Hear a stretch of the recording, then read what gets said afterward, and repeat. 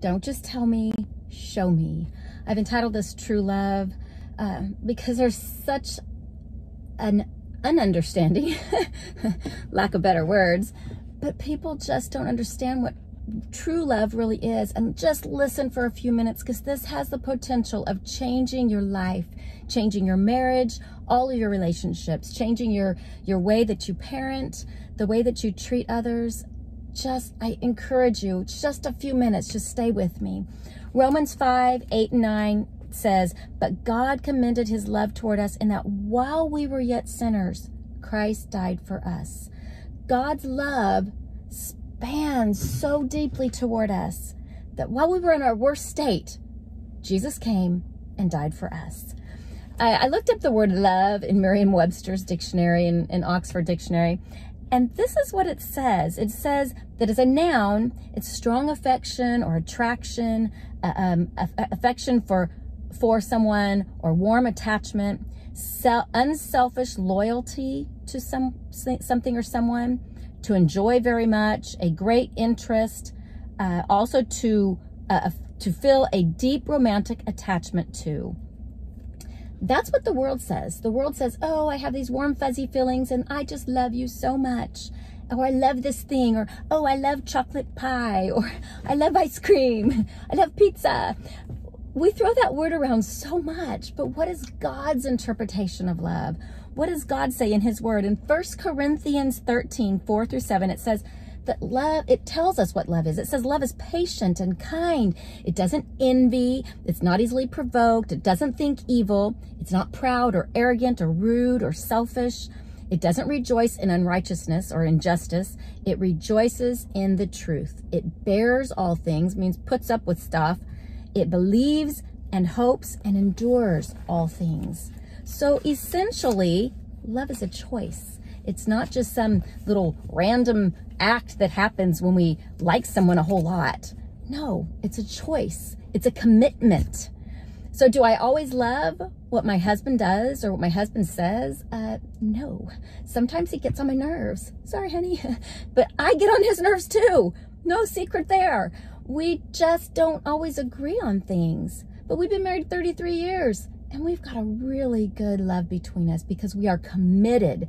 We are committed to God first and foremost, and we're committed to each other, that we're going to put up with each other's stuff, that we're still going to love and be loyal and faithful to each other, regardless of when those feelings go up and down, and that's what those feelings do. Love is not just a feeling. It's great when you feel all happy and, oh, I'm so romantic with you. No, that's great, but that's not the enduring true love that God talks about. I wrote these down because in Matthew 22 and in Mark 12, and as always, I'll put these down below, true love is only possible through God. We're told that we need to have love for God first and foremost, and love for others. We're supposed to love God with everything we are, with our heart, our soul, our mind, our strength, and to love others like we love ourselves. We're called to love like Jesus, because that's how he loves you. Do you know that? He loves you with an everlasting love. And that's Jeremiah 31:3. Everlasting, it means it doesn't end. You know, people are so quick to end a relationship or end a marriage because, oh, I just don't feel anything for you anymore. No. Don't you know that sometimes God is disappointed with the way we act, the things that we do? But he loved us so much that when we were at our worst, he still died for us. It's amazing. Jesus loved all. He loved everyone. He never rejected people because of their age or their nationality or their color of their skin or their financial status or their past. My past? Not so great. Some of the things I've done, but he still loves me with that everlasting love, and he will always love you. Always. Jeremiah 31:3. Write that down and remind yourself how much he always, it's never ending, everlasting love he has for you. Sometimes it's difficult to love others. Sometimes it's difficult when people have done you wrong or they really hurt you deeply. It's hard to have warm and fuzzy feelings for them, but you can still love them with godly love. So this week, I want us to examine ourselves and ask yourself this. First, do you love God with everything that you are? Then ask yourself, do I truly love others? I'm sure that there are people in your life that it's really difficult to love. I have a few of those that it's very difficult to want to love them.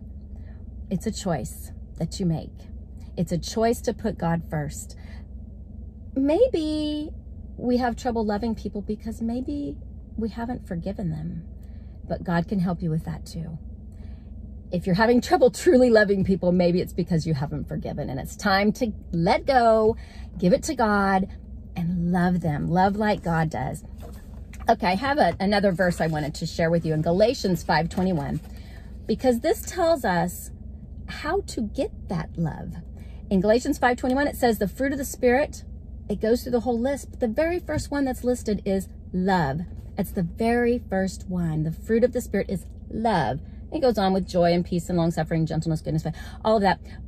But how do we get that love? John 15:4-5, because there's hope.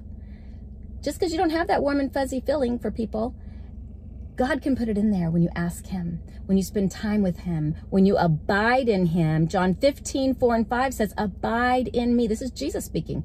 He says, abide in me and I in you, as the branch cannot bear fruit of itself. Do you know you cannot bear fruit of yourself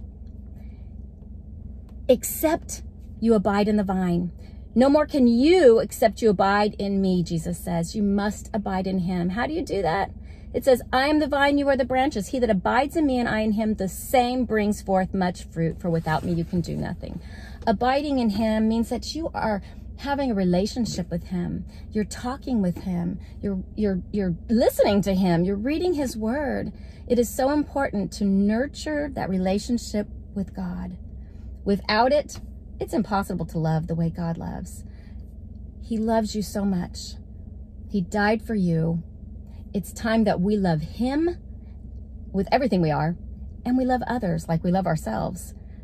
Take time this week to examine yourselves. Read through these verses again.